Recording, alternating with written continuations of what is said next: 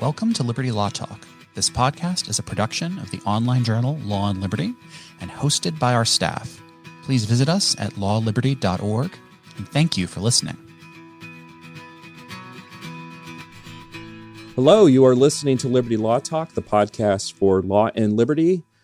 Today is September 29th, 2023, and my name is James M. Patterson. I'm a contributing editor to Law and Liberty, as well as professor and chair of the Politics Department at Ave Maria University, a fellow at the Center for Religion, Culture, and Democracy, as well as the Institute for Human Ecology, and president of the Cicerone Society. Before I introduce today's guest, I wanted to make a brief statement of mourning for Dr. Ellis Sandos, who died on September 19th, this past week, at the age of 92. New Orleans native, father of 4, 10 grandchildren, 2 great-grandchildren, but people who are familiar with Dr. Sandos listening to Liberty Law Talk may know of his incredible contributions to the work of classical liberalism and political philosophy, including his edited volumes called The Political Sermons of the American Founding Era, 1730 to 1805.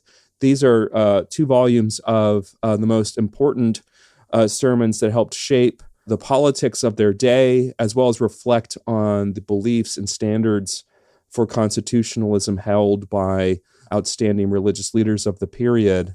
He was also the founder of the Eric Voegelin Institute. Many of the people you'll hear on Liberty Law Talk were participants in Voegelin Institute panels, including today's guest. And before we move on to her, I just wanted to read from the foreword that Dr. Sandos wrote in 1990 for the first volume of the Political Sermons. Liberty is thus an essential principle of man's constitution, a natural trait which yet reflects the supernatural creator. Liberty is God-given. The growth of virtue and perfection of being depends upon free choice in response to divine invitation and help in cooperative relationship. The correlate of responsibility, liberty, is most truly exercised by living in accordance with truth. Man's dominion over the earth and the other creatures, his mastery of nature through reason, is subject to no restraint but the law of his nature, which is perfect liberty. The obligation to obey the laws of the Creator only checks his licentiousness and abuse. Dr. Sandos will be missed, and his contributions are many. And now I'll move on to today's guest, Dr. Rita Koganzon, an assistant professor of political science at the University of Houston. While there, she teaches political theory and American politics. Her research focuses on the themes of education, childhood, authority, and the family in historical and contemporary political thought. Her first book, Liberal States, Authoritarian Families, Childhood, and Education in Early Modern Thought, examines the justifications for authority over children from Jean Baudin to Jean-Jacques Rousseau. Wow, that's a pair. And explores how and why Locke and Rousseau departed from their absolutist predecessors by refusing to model the family on the state by nonetheless preserving authority, even extreme authority over children within the family for the sake of liberty of adults. And she's working on a second project that focuses on education from the early republic in the United States through the 20th century. But today we're talking about something a little different.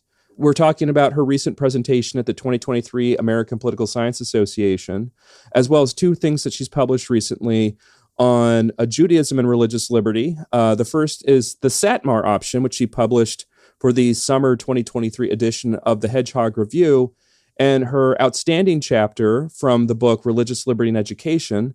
It's titled Pork Eating is Not a Reasonable Way of Life, Yeshiva Education versus Liberal Education Theory. Dr. Koganzon, welcome to Liberty Law Talk. Hi, thanks for having me. Sorry for the long preamble, but I'll give you now plenty of time to describe this central insight that really has stuck with me since your presentation on the difference between what you refer to, slightly paraphrasing here, is the kind of Amish paradigm for religious liberty and religious minorities versus what you call the Satmar option. So who are the Satmar and how are they different from the Amish? Well, the Satmar are a Hasidic religious group. They are from Hungary originally, but they sort of crystallized actually in New York after World War II. The survivors of the Holocaust came and sort of reconsolidated the Hasidic group, and they were led by a Rebbe, and they now live mainly in Williamsburg and in this independent community in upstate New York called Kiryas Joel. It's kind of complicated to define what exactly Hasidic Judaism is or how it is analogous to certain kinds of Christianity, because the ecclesiology of Judaism is not really the same as Christianity. So people will often say, well, this is a sect, which I guess is fine as a description. I don't know that they love it so much, but it's a sort of a Hasidic group that follows this particular Rebbe who actually has passed away, and now they have a problem with figuring out who they're following exactly. And so they're different from the Amish in a lot of ways, namely that they're not Christian. But in terms of the political question, there's been a kind of treatment of religious minorities in American constitutional law, and also I think in American public opinion, that is very sort of Christian-centric in terms of the way we think about religious dissent from the mainstream.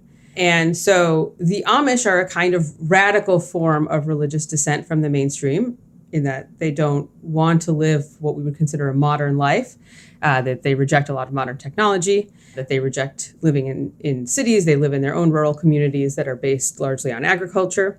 And so they look very different from sort of modern Americans in this respect. And they maintain a certain kind of separation from mainstream, secular, modern, whatever appellation you want to use, Americans. And so then the question with them becomes, okay, well, when there's sort of generally applicable laws passed in state legislatures or by Congress or whatever, are they required to follow them if somehow following these laws would obstruct their ability to practice their religion? And this comes up in the 1972 case, most famously Wisconsin v. Yoder, where the question is, if there's compulsory schooling laws in the state of Wisconsin, which are facially neutral, and they require everybody to go to school until they're 16, do the Amish have to comply with this if for them going to school until they're 16 would potentially disrupt their ability to remain in the Amish faith? And in 1972, the court decides that they don't have to comply with these compulsory schooling laws because they're a sincere religious minority and they have a First Amendment free exercise right to, in a sense, be exempted. Although that's not the technical legal understanding of what's happening here. That is the practical effect of what's happening here. They're exempted from these compulsory schooling laws. They're allowed to pull their kids out of public schools early. And as the Amish put it in this case, they're going to give them an Amish education at home, essentially an agricultural education and an education in their community. And so that is somewhat controversial, I guess, but as far as public opinion goes, that's sort of acceptable to Americans, becomes sort of the basis for a lot of subsequent homeschooling legislation and other sorts of exemptions from public schooling. And the thing about the Amish is that they are very, I think, admirable to Americans in a certain way, right? They resemble kind of what America looked like at the founding, or sort of what we imagine it looked like at the founding. And the important thing from the court's perspective is that they're self-sufficient in the sense that they don't rely on any government assistance. And not only do they not rely on any government assistance, they actually do not contribute to or draw from Social Security. And so they really are very sort of distinct from the government. And so what I'm calling the Amish paradigm is a way of thinking about the terms of religious liberty as a kind of contract in the United States. And so what the Amish offer a model of is this kind of contract between the majority and a dissenting religious minority, where the majority, in a sense, is willing to let the religious minority have some autonomy over its own internal government and be sort of less beholden to the federal government or the state governments, or maybe beholden's not the right word, but maybe something more like involved with, regulated by, that's key, the secular government, in exchange for their self-sufficiency, and they're not calling on these secular governments for assistance. And I think that has been sort of the model, the mental model that we hold for justifiable religious exemptions from generally neutral laws, regulations, and things like that. And the challenge that the Satmar pose to this is that they are urban. They are not self-sufficient in the sense that they're not, an agricultural community that grows its own food or anything like that. They live in, Williamsburg and Brooklyn or in a suburb in upstate New York, in New Jersey, in other very densely populated places. And they do receive government welfare and transfers. They receive sort of direct aid like SNAP benefits and things like that. But they also receive aid for schooling and things like that because they qualify for Title I funds.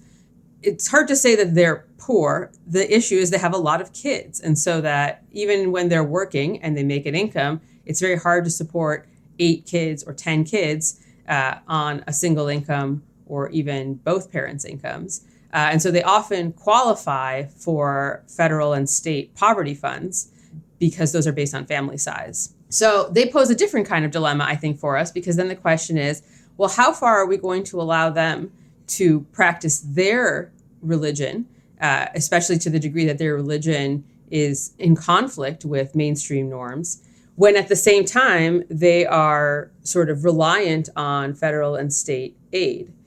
So they're not self-sufficient. So shouldn't we have some sort of control over them? And this comes up very saliently in the last few years. There's been a conflict in New York City, because they run their own private school system.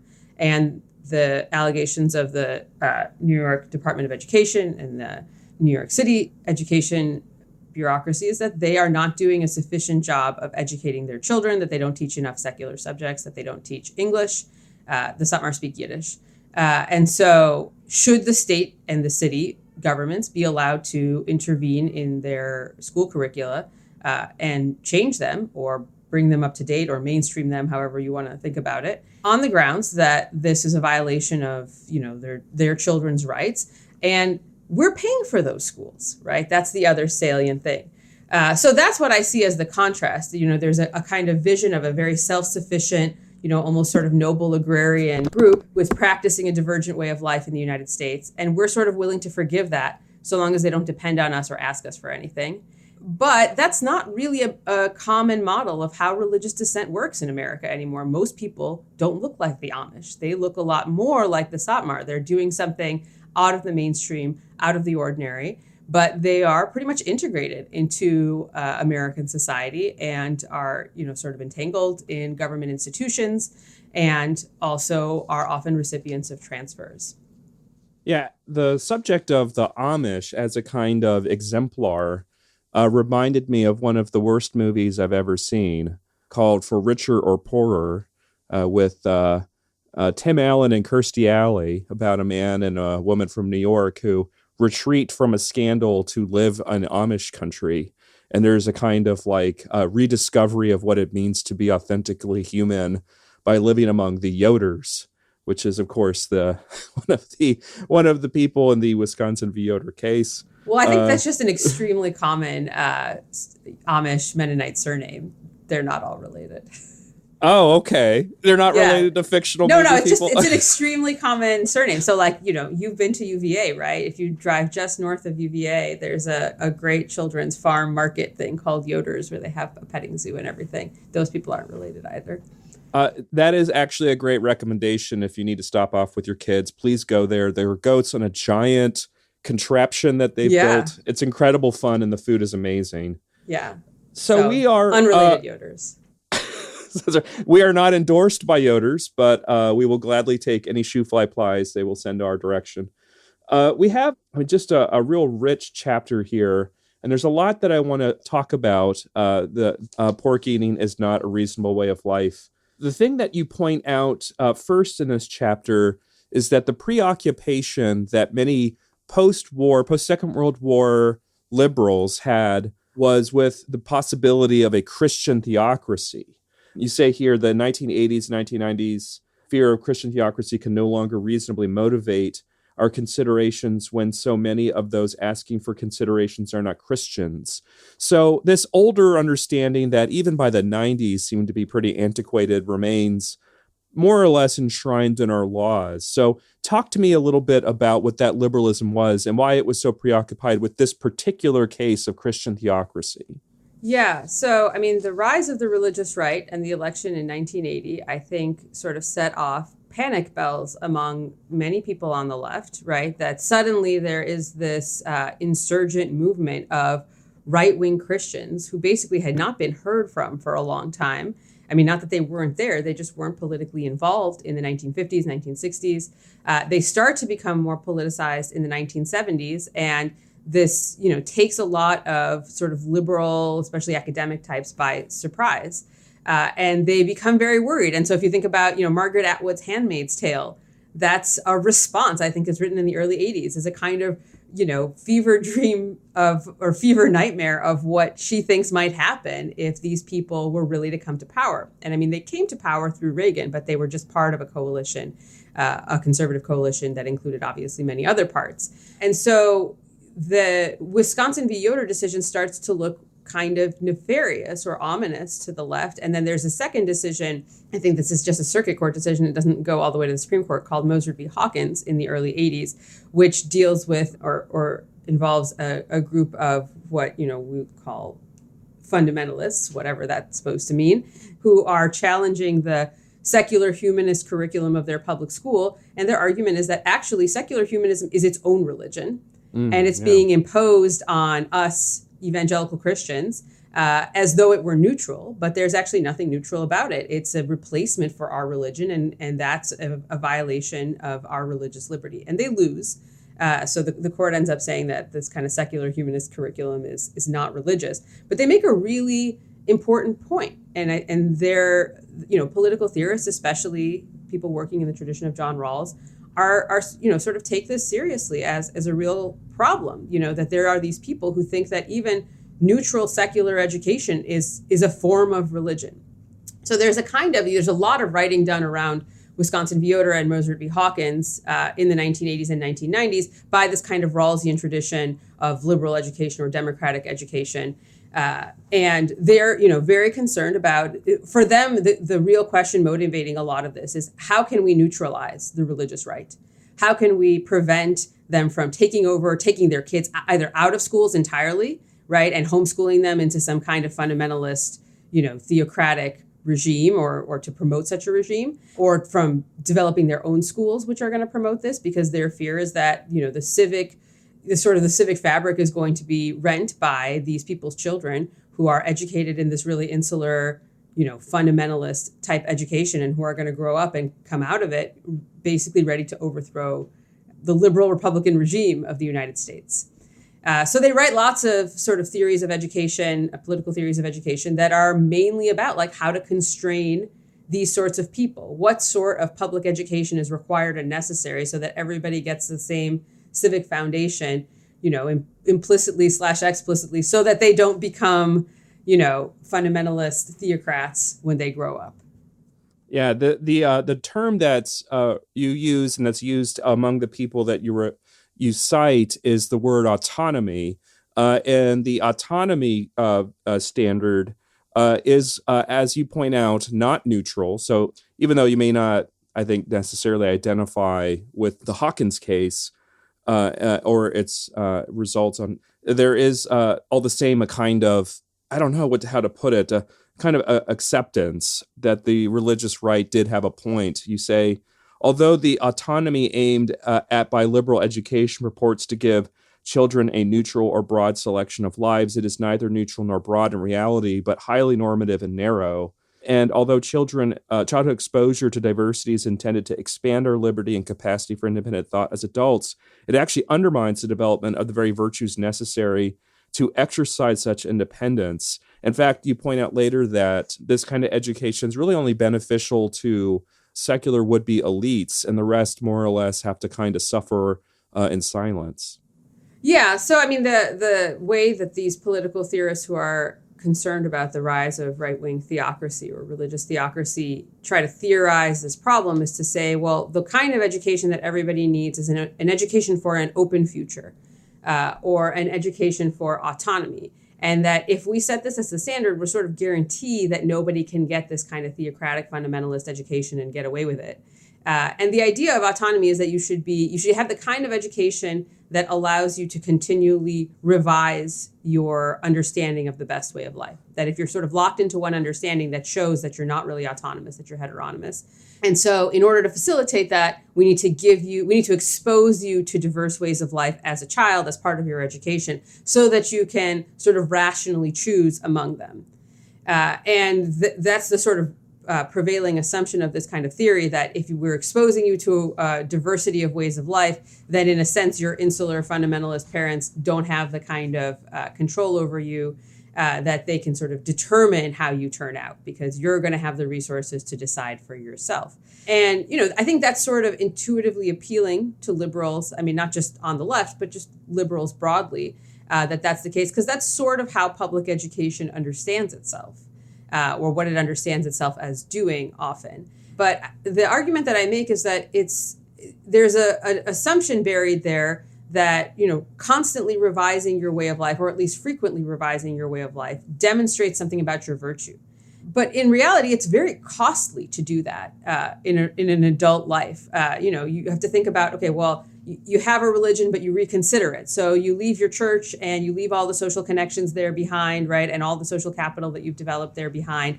You have a career, but you decide you want to do something else. So you've got to retrain. That's also very costly. You have a marriage and you decide, like, I actually would like to live a different kind of life. Goodbye to my family, right? We can see the costs involved there.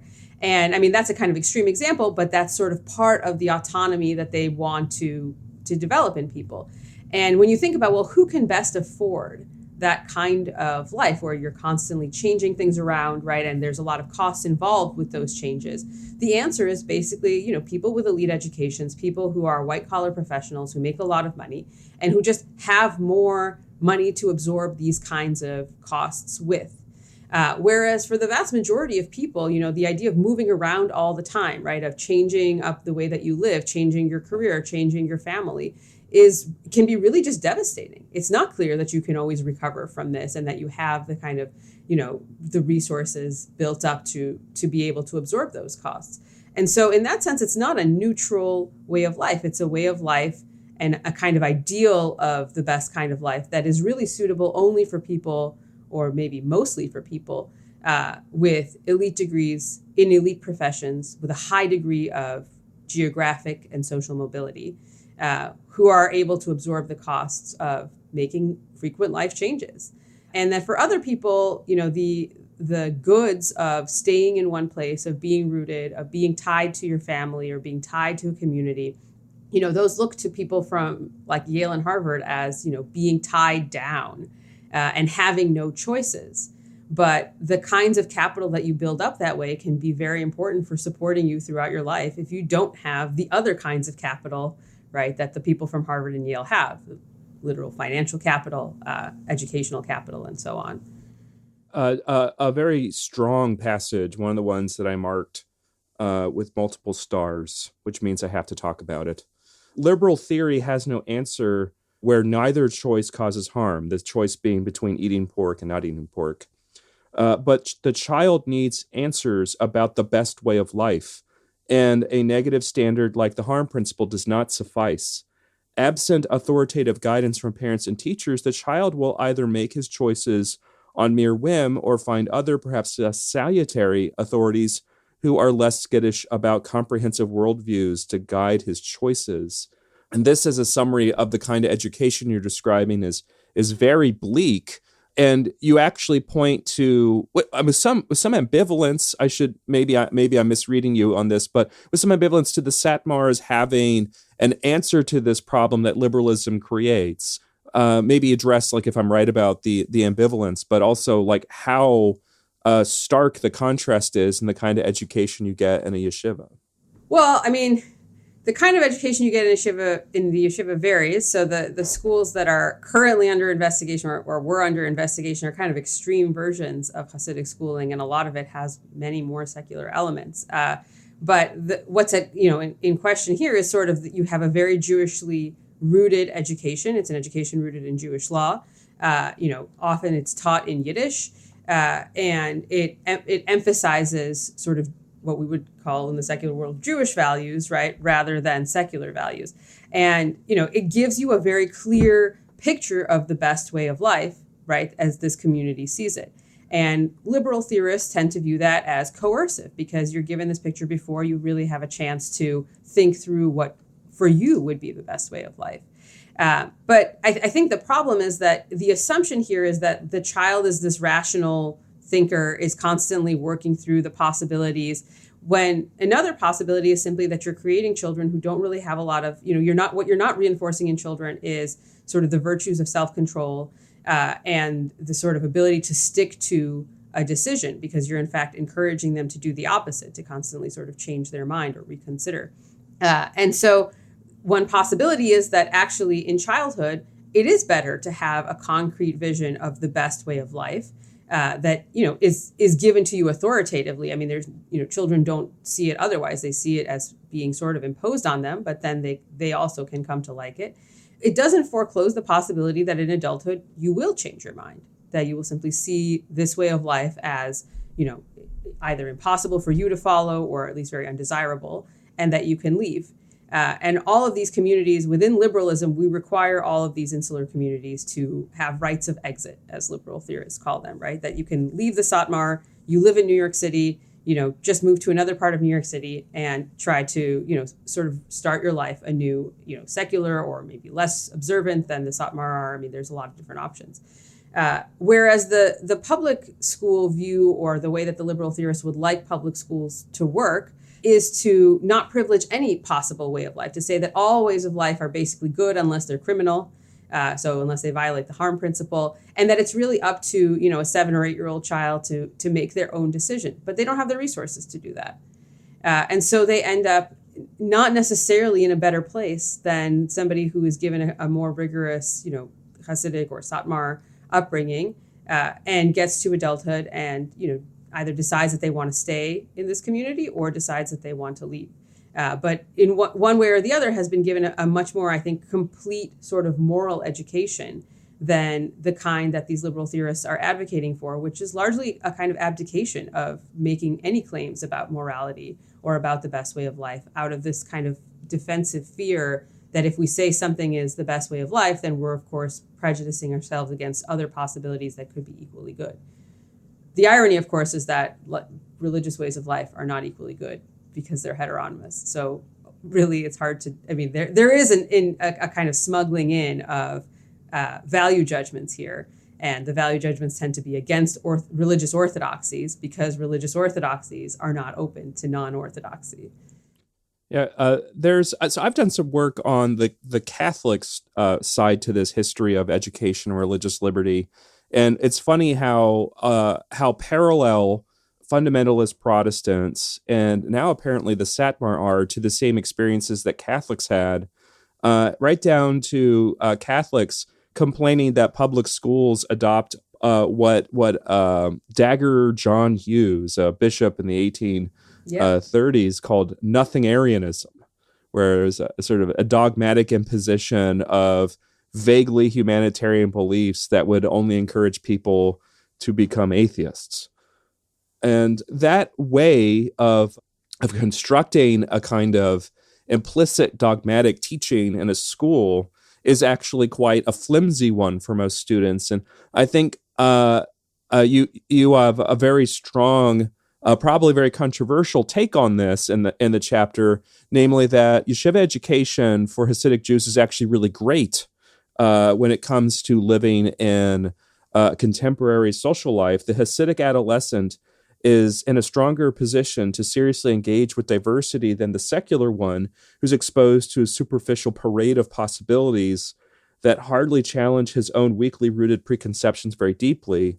He has not a naive personal preference, but a 1,000-year-old tradition to weigh against the alternatives. He must also weigh the serious social and economic consequences of resisting the secular mainstream against the deep disapproval of his family and community if he joins it. These are very high stakes. And that's why there's much more to the question of whether to eat or not eat pork, is this sort of development of the character of the student and their ability to maturely and almost independently make these decisions that purportedly secular education is supposed to provide, but doesn't afford. So what is it about this 1,000-year-old education that is so bracing?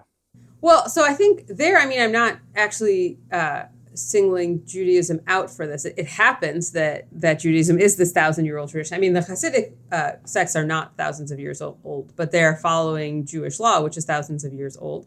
What I'm trying to say there is that, there's a criticism from liberal theory that if you give your kids this kind of insular education where they don't have exposure to diversity, they're not going to be able to reasonably weigh the alternatives because they're going to be so biased by the experience that they had in their upbringings that they won't be able to take seriously any alternatives.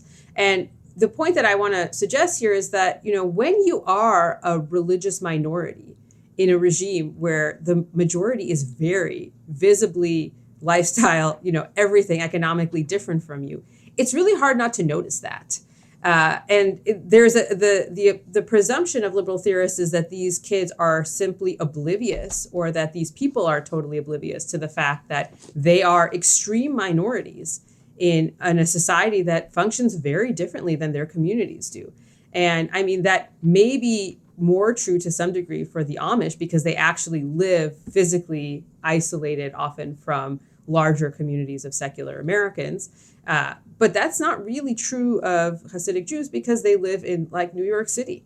And it's really hard not to notice in New York City that you look really different than all these other people on the street.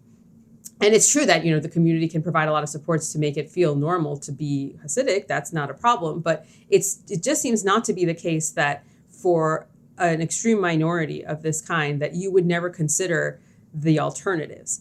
And it is precisely because there's so much at stake with this question of the right of exit, of leaving a community for any individual who does it.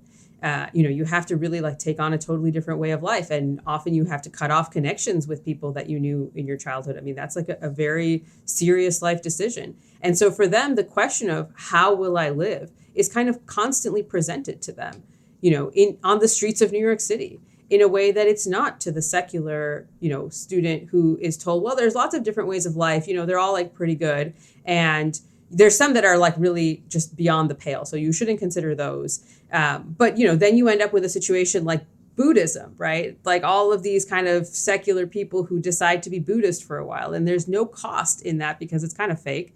And it's just part of this mainstream, new agey way of, one of the new agey options for life. And you can pick it up and discard it really without many changes to your existing life. And so the idea that you're autonomous because you're choosing these sorts of things, you're choosing to do yoga, you're choosing to attend a church, now you're choosing not to attend the church, right? All of this is done, these are all very low stakes decisions. And it's not clear that you seriously understand the valence of different ways of life. Whereas to be an extreme minority, like the Satmar and also like the Amish, right? And to contemplate leaving that community is to contemplate the question of different ways of life and different understandings of the good life really seriously, because there's a lot of cost. Yeah, you can see in that description you just gave how such the approach to autonomy favors elites, especially people with a lot of money, because the decisions are low stakes if the money you spend on them is relatively disposable. So for a particular kind of person, you can go to a sort of rich kid Bali hippie commune and get high on ayahuasca, and then you'll be able to leave after you get sick of that and, I don't know, go work as a vice president in your father's software company or what have you. Whereas others who don't have those options instead simply consume media of people engaging in those options. And all of that has that kind of shallow consumer model of religiosity that it seems very foreign to what the Satmar are dealing with. So there is a kind of history of litigation or of problems with the Establishment Clause that the Satmar have confronted. And one of these includes the 1994 case Board of Education of Kiryas Joel Village School District versus Grummet. So what's the story behind this? This is sort of like where the Satmar first start to, or at least the Hasidic communities start to really come into conflict, right? Well, they come into conflict once they try to create a town. I mean, Okay. so this is actually described really nicely in the book that I review for the Hedgehog Review called American Shtetl by Nomi Stoltenberg and David Myers. And they give the kind of extensive legal history of creating Kiryas Joel. But, there's kind of two problems with the First Amendment that these sorts of groups face. One is the free exercise clause, which is the Amish issue, right, with taking your kids out of school, being exempt from a generally applicable law on the grounds of free exercise. But once you try to set up a town that is populated entirely by Satmar and governed by Satmar, this raises a question about whether that violates the Establishment Clause, because you're not supposed to have religious government in the United States. And there's some interesting precedents for this. There's like this ashram in Oregon that tries to do this too, and they're shut down. And so, but what happens, Satmar grows, they need space, they have a lot of kids, and the Rebbe approves the purchase of this land in, I think it's Monroe County. It's next to the town of Monroe, outside of New York City. And they start developing it and building on it. And they immediately come into conflict with their neighbors because they want to have really high density housing. And this is like a suburb of New York City, and people have single family homes and there's single family zoning. And they're like, why are you building these apartment buildings in the middle of nowhere? And there's a kind of sense of, do we really want to have this group of very strange, people who live in a totally different way and don't really talk to us, living in our town? And so there's all kinds of conflicts with the town of Monroe that actually lead to Kiryas Joel becoming an independent. They break off and become an independent municipality. So that's the first set of conflicts, is actually just creating Kiryas Joel as an independent municipality rather than a kind of, subdivision of the town of Monroe. And then as an independent municipality, they have no public school because they all send their kids to the private Satmar yeshivas. But they also have a problem, which is that they have some kids who have special needs and are not going to be well educated in the conventional yeshiva. And so the question is, where do we send our kids with special needs? Should we send them to the public school in Monroe, where they're not going to get a kind of Jewish special needs education? They're going to get the public school special needs education. Or can we create our own special education program in Kiryas Joel that is intended to serve only students from Kiryas Joel?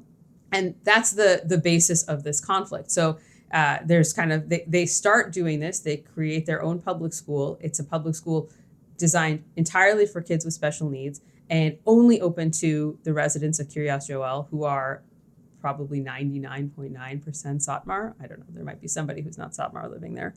And does that violate the Establishment Clause? Because are they creating essentially a religious public school is the question.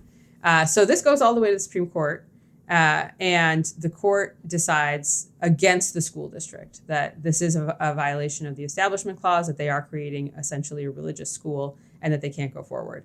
They do go forward. They just find other ways around it. And the interesting thing about this decision, as the authors in American Shtetl note, is that it sort of signals the beginning of a shift in Supreme Court jurisprudence about the First Amendment towards sort of allowing the state. I mean, in this case, they didn't allow the state to get involved in religion, but after this, you start to see a lot more cases where the state is allowing more, what they call entanglement between government and religious groups. And, at this point, we're at a point where, there's a possibility of even starting religious charter schools. So Oklahoma has started religious charter schools, and I think that's going to be litigated. But no, it's not thought that that's like totally beyond the pale. And there's a lot more government involvement in religious schooling and government funding for religious schooling. And so the argument that the authors of that book make is that this is sort of the beginning of that shift, and that the Satmar play an important role in kind of provoking that shift, because, and part of the reason has to do with the fact that they're not the fundamentalist Christian bogeyman. They're Jews. They're a minority. They pose no threat to the majority. And I mean, one of the things that's interesting about the Satmar, in contrast to this kind of the fear of Christian fundamentalism that motivated liberal theory for a long time, is that Satmar does not want to take over America. They have zero interest in governing non-Jews. So, there you can always have, Christianity is an evangelical religion. Christianity is a proselytizing religion. Christianity is a majority religion. So even though there are sects within Christianity and there's a lot of, sort of conflict within Christianity, there's always the possibility that Christians want to actually take over, right? And they want to govern. And that's their real goal. And that when they're asking for these exemptions and things like that, it's just a kind of, they're just, it's part of the strategy for some larger long-term takeover. But you can't really assume that that's the case for the Satmar, because they're not, their goal is not to govern any non-Jews, and probably not really any non-Satmar, although that's a little questionable.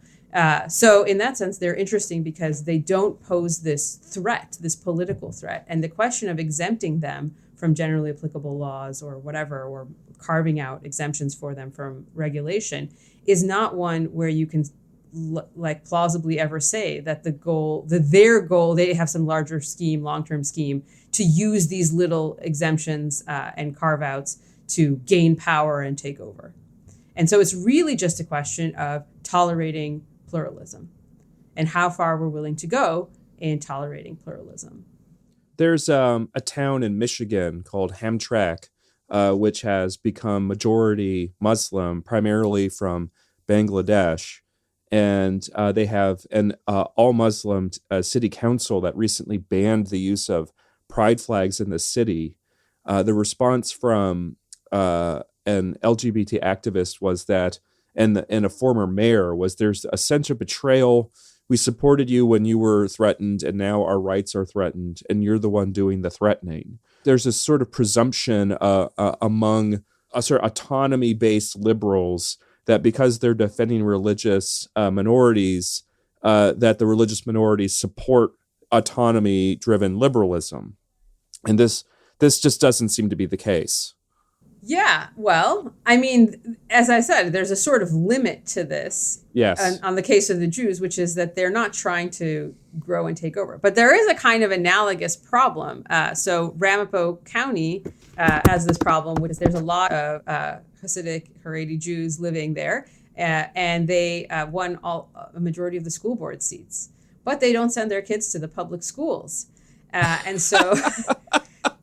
There's all, then there are all these accusations that they're defunding, that they're basically using the public schools to divert money into their private school system, that they're defunding the public schools, that it doesn't make sense for them to be on the school board of a school system which they don't even support, and which is competing with their school system. And so I think there was like a whole series of podcasts actually about this controversy. But yeah, I mean, there are ways in which it's clearly going to come into conflict with secular government if you create local majorities, right? Like you could have enough people to win school board seats. You could, have enough people of your religious group to win city council seats, right? At a small sort of local level, you could take over the secular government. And then what's going to happen to the people living there who are not members of your religious group? And what are the obligations of this dissenting religious group to sort of respect the now minority rights of the non-religious residents of this area? So the review has, and you told me this story as well. I think you maybe even told it during your presentation for your paper.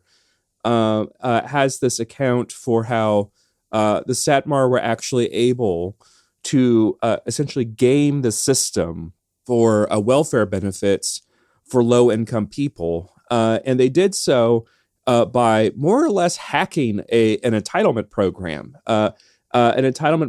that was designed with the expectation, as it turns out, an expectation that I think you would agree liberals did not really imagine, that poor people would have low levels of social capital.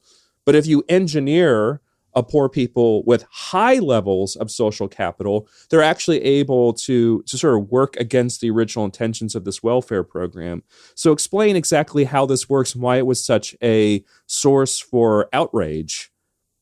Yeah, this is a great story. So there's kind of two objections to the Satmar currently that sort of arise from their difference and their minority status. So one is their schooling and the curriculum of their private schools, and the other one is that they're welfare sponges.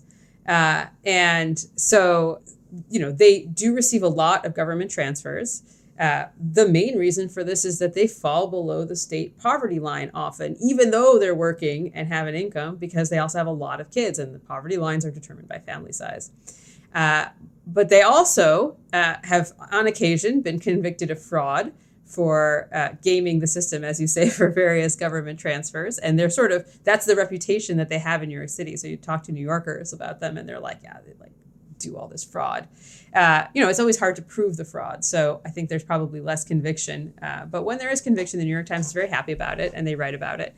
And so they wrote, I think this was last year, about this case in which one of the Hasidic yeshivas in New York, in Brooklyn, had come up with a scheme where they would pay their teachers, they would sort of sign contracts with their teachers where they would pay them just enough that they would be below the threshold of qualifying for supplementary welfare payments. So that basically they would be paid a certain amount, and then they would be able to then still apply for other forms of welfare. I'm not sure exactly what forms of welfare, but they would be able to apply on an individual level for supplementary transfers. And that the school would make up the difference in supermarket coupons for kosher grocery stores. And so you would be getting a salary, which was money, supermarket coupons, and then you would have to go out and apply for welfare to supplement your salary. And this was discovered, and this was described in the New York Times. And this is a kind of bargain that it's really hard to imagine anybody else in New York taking, right? I mean, imagine you're given a job offer and they tell you, well, we're going to pay you, we would pay you like $50,000, but instead we're going to pay you $25,000, and we'll give you, $10,000 more in supermarket coupons. And then you can go apply for welfare and the government will cover the rest, right? That requires a really high level of social trust to accept such an offer, right? Most of us would just be like, please give me the money, right? Or I'm not going to work for you, because we don't have the social trust that we're working for an employer that really has our interest in mind, right? We just think we're being scammed. And that's, in a way, welfare kind of, the way we've structured welfare has kind of had this individualistic assumption, right? That families will only use it when they really need it, that there's a kind of shame associated with using it, right? That they're not going to use it as a kind of like a tool of advancing their group, because there's no group involved. But, the Satmar have way fewer scruples about using government funding. Their idea is that the government is giving people money and we qualify for it. So why shouldn't we be, recipients of it just like everybody else? And part of that has to do with the experience that they had in Williamsburg in the 1970s and 80s, where there was a kind of ethnic patronage system of welfare, where different groups are sort of trying to get their share of what the city was giving out. And they were part of that.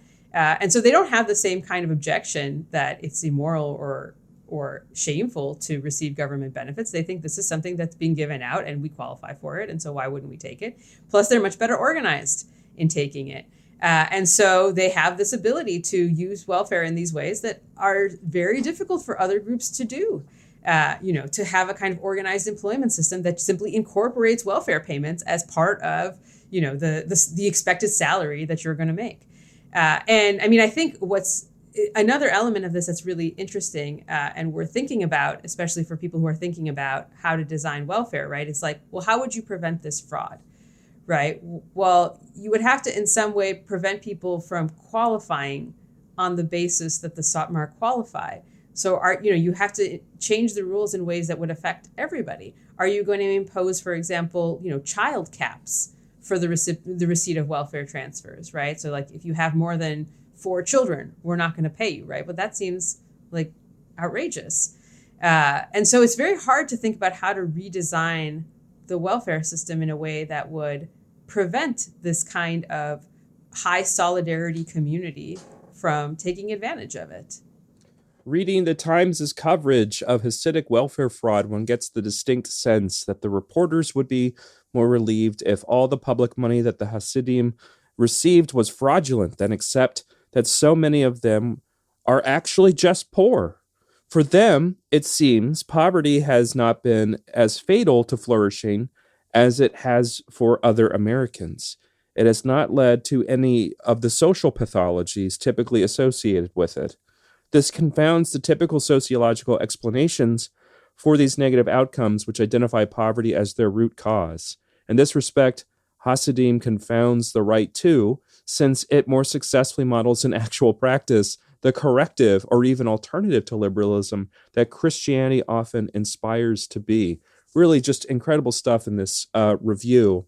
So I have a couple more questions before you go. One is specific, and the one is going to be sort of like the most exciting one for me. But I'll start with the more specific one, which is, what's the deal with this paragraph about those who are criticizing all of the Satmar being also Jewish? Yeah, well, I mean, so there's the difficulty of sort of having a open discussion of this, right? Is that with religious minorities, there is a social fear of criticizing, right? So you don't want to be accused of anti-Semitism. And a lot of Gentiles just don't have any idea what Hasidism is, who the Satmar are. And so they sort of are more, they just view this as like a weird foreign people, dress funny, like eat weird food, right? I mean, they're kind of on the level of other foreigners to a lot of American non-Jews. Whereas Jews feel a kind of personal stake in this question because these are like our co-religionists and they represent us in ways that maybe we don't want to be represented to the majority. And so the question about the Hasidim and where they fit in has long been a kind of a subject of intra-Jewish warfare, where the Gentiles have kind of stayed out because they don't want to be accused of anti-Semitism, because they really don't understand anything about what's going on, and they view this as just like another weird minority group, right? America's full of weird minority groups, and there's no real interest in singling these people out. And so, the history of especially these legal battles over the Satmar, over Kiryas Joel, and now the Hasidic yeshivas in New York City, if you look at who the main players are, many of them are Jews. There's Jewish plaintiffs and Jewish defendants, and the lawyers taking these cases are Jewish.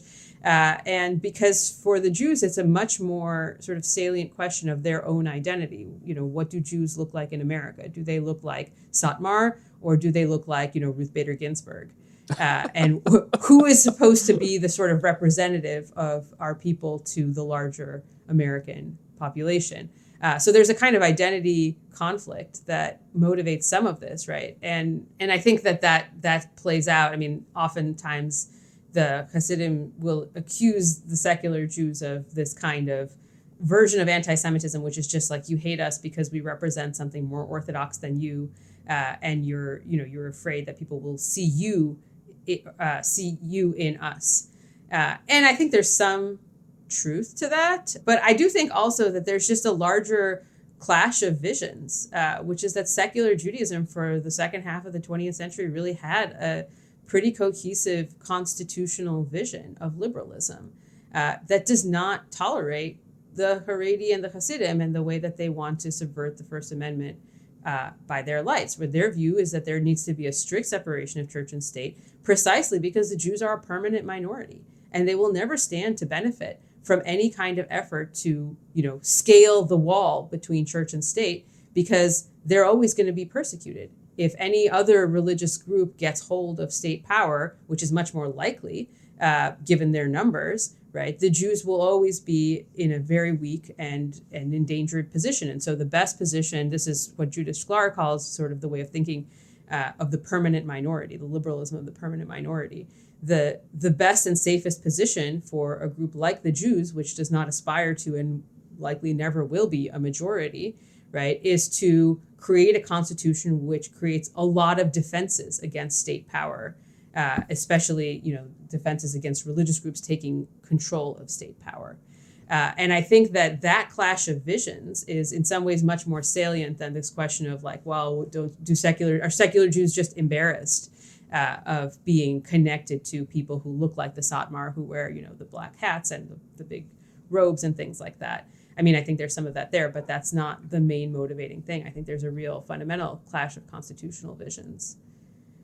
So the Kiryas Joel loses their decision, but we've seen some major decisions that have expanded not just religious liberty on public grounds, but also access to public money. This is like the Trinity Lutheran case and the Kennedy versus Bremerton case. So the thing that was like really that sank into me when you were presenting, was that the Satmar option is now increasingly the model that not just the permanent minorities like the Jews are adopting, but also sort of stationed minorities all over the United States, because this sort of autonomy-based liberalism has been able to preserve such a control over mainstream education that the length of time has actually produced lots of different religious minorities pursuing their own ways of doing things. And the result has been that they've created a constituency that seeks out, especially after these decisions, all kinds of access. And the way that the Haredi had been able to, and the Satmar have been able to, and have in mind here Catholic traditionalists, because that's just the world that I'm more familiar with. But for example, graduate programs will actually request that graduate students in theology go on Medicaid. That way, it's easier for them to cover other expenses for the graduate students.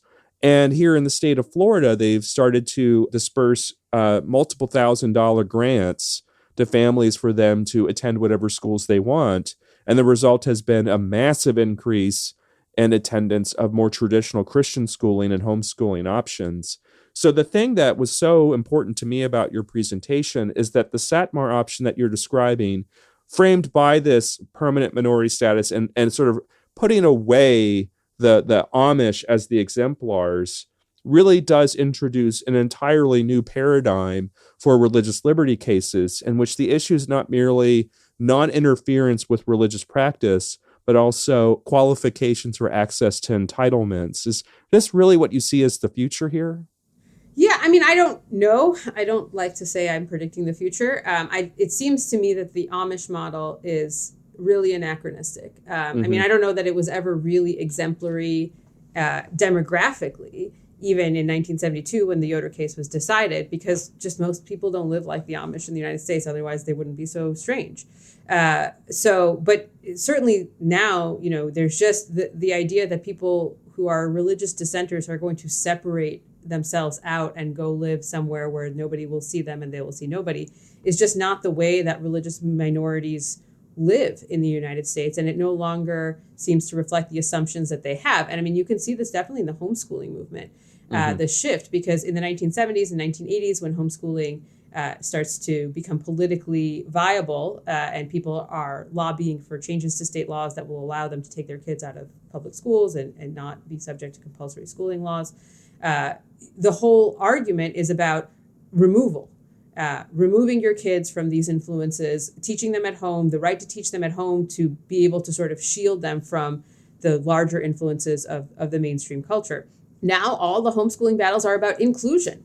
They're about, do homeschooling students have a right to play on public school sports teams, right? Do homeschooling students have a right to use public school resources, in a kind of pick and choose way without attending those schools, right? Without being fully enrolled. And so you can see the sort of shift in momentum from, do we have a right to take our children out and keep them away from this system, to now, what are our rights to participate in this system on a kind of piecemeal basis or on an a la carte basis. And so you see the shift in that momentum is kind of indicative of where, in general, religious dissent is going. It's not so much about how far can we sort of recede or remove ourselves from the mainstream, to how far can we participate in the mainstream without being subjected to violations of our religious freedom because of government regulations that restrict certain services on secular grounds. And so in that sense, I do think that the momentum is shifting a lot more to sort of putting pressure on state, municipal, federal government entities to be able to provide resources, either in terms of school sports, welfare transfers, school funding, things like that, to religious groups. And on what grounds can they provide those resources without violating the First Amendment? But the assumption is they will provide those resources. And it's just a matter of kind of hammering out how they can do that without violating the First Amendment, versus to what degree can we remove ourselves from all government entanglement. The Satmar option, Hasidic Judaism, the Future of Religious Liberty, the summer 2023 essay in the Hedgehog Review, and the chapter in Religious Liberty and Education, Pork Eating is Not a Reasonable Way of Life, Yeshiva Education versus Liberal Educational Theory. Thank you so much for coming on Liberty Law Talk, Dr. Rita Koganzon. Thank you. Thank you for listening to another episode of Liberty Law Talk. Be sure to follow us on Spotify, Apple, or wherever you get your podcasts.